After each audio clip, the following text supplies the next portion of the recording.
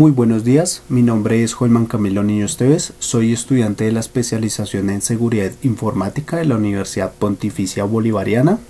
A continuación realizaré una presentación indicando las fases aplicadas al desarrollo de las pruebas de penetración.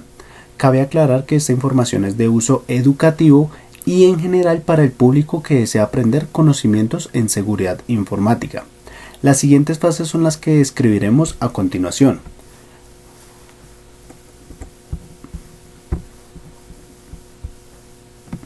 Fase 0, requisitos iniciales.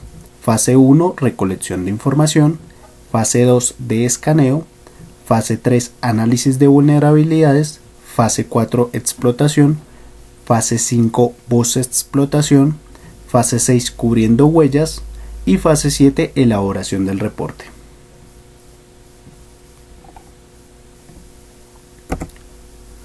La primera fase, que podríamos llamar fase 0 o los requisitos iniciales o de contacto, es donde se indica que antes de iniciar cualquier prueba de penetración es importante determinar el alcance y las condiciones del test de intrusión, incluso firmar con el contratante los debidos permisos y autorizaciones. Estos suelen ser acuerdos de confidencialidad y carta de autorización donde se indica los permisos que deben ir regidos por la persona que es dueña de la empresa o por el negocio al cual se le va a hacer este tipo de actividad. En esta fase inicial se debe acordar con el cliente en qué va a consistir el test de penetración, entendiendo cuál es el objetivo de este pentest, los cuales son los servicios críticos para la empresa y que supondría un mayor problema en caso de ataque. Dependiendo de la empresa, una web caída durante algunas horas puede suponer un grave daño económico, mientras que para otras sería mucho más grave que se robara información de sus bases de datos. En esta fase se ha de hablar y acordar por escrito diversos aspectos del test de penetración, como por ejemplo, cuál sería el ámbito de nuestro pentest, qué IP se pueden utilizar, qué servicios o dispositivos podemos incluir en el pentest y cuáles no. A esto se podría indicar una serie de preguntas como por ejemplo, ¿se podría utilizar exploits contra servicios vulnerables o únicamente identificados? O también, ¿se podría ejecutar el pentest en cualquier momento o solo en determinadas horas? ¿A quién debemos contactar en caso de que encontremos alguna vulnerabilidad crítica para la empresa?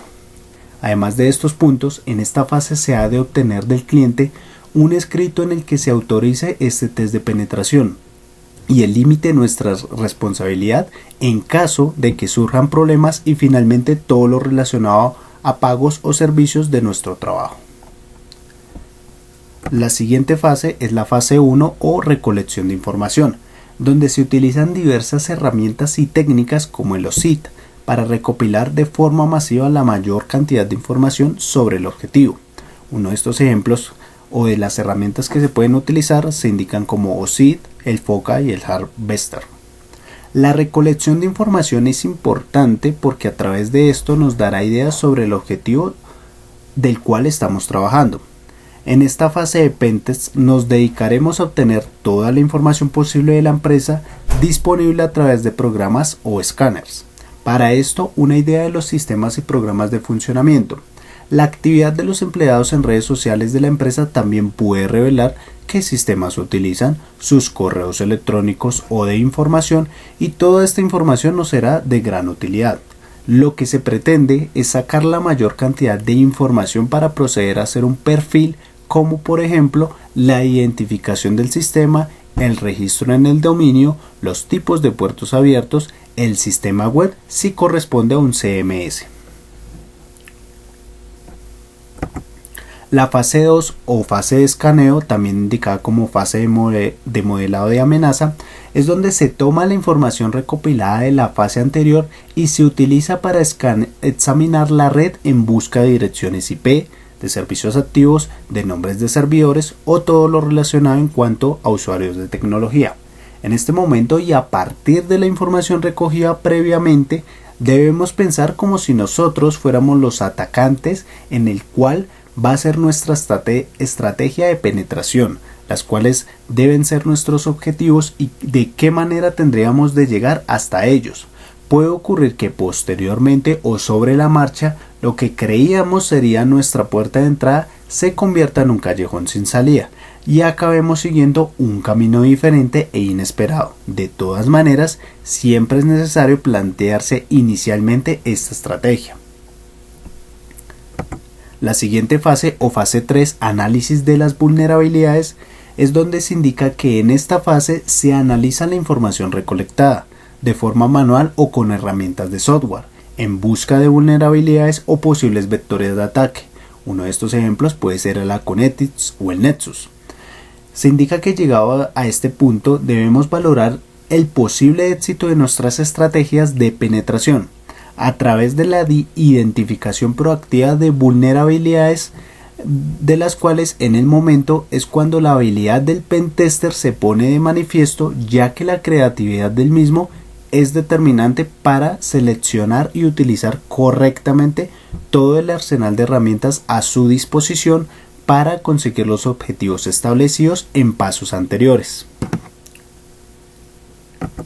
La siguiente fase de explotación, es donde ya se reitera que partiendo de los resultados obtenidos en las fases anteriores se consigue el acceso a los sistemas objetivos utilizando exploits sobre las vulnerabilidades halladas.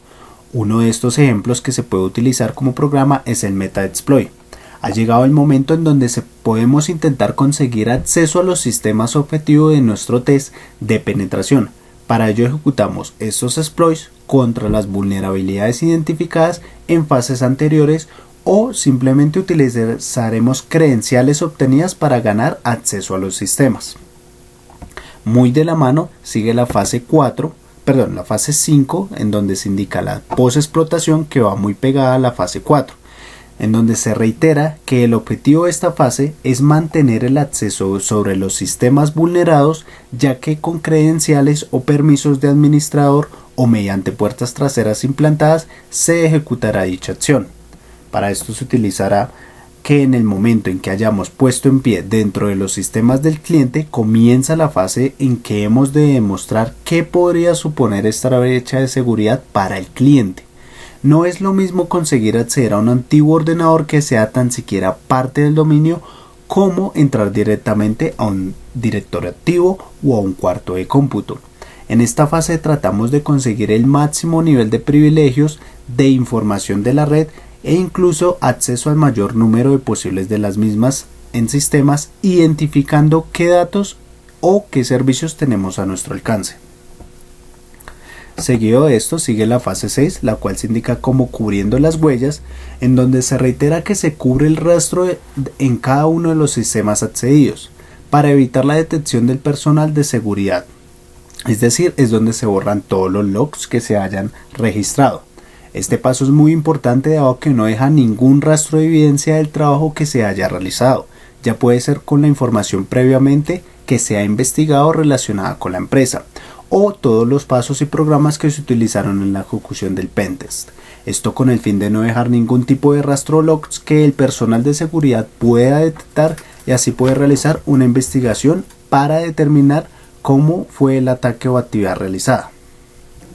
Y por último pasamos a la fase de elaboración de reporte o la fase del informe, en donde nos indica que después de terminar todas las fases de la prueba de penetración se procede a documentar todo realizando un reporte o incluso en dos de acuerdo para quién va dirigido. Estos son reportes que pueden ser de manera técnica o de manera ejecutiva, en donde finalmente tenemos que presentar el resultado de la auditoría al cliente de manera que éste comprenda la seriedad de los riesgos emanentes de las vulnerabilidades descubiertas, remarcando aquellos puntos en los que la seguridad se había implementado de manera correcta y que aquellos que deben ser corregidos y de qué manera. Esta fase es para las dos partes posiblemente la más importante, como posiblemente este informe sea leído tanto por el personal de TI como por los responsables sin conocimientos técnicos, que conviene separar el informe en una parte de explicación general y en otra parte más técnica, lo que vendría a ser por una parte el informe ejecutivo y el informe técnico. Muchísimas gracias por su atención.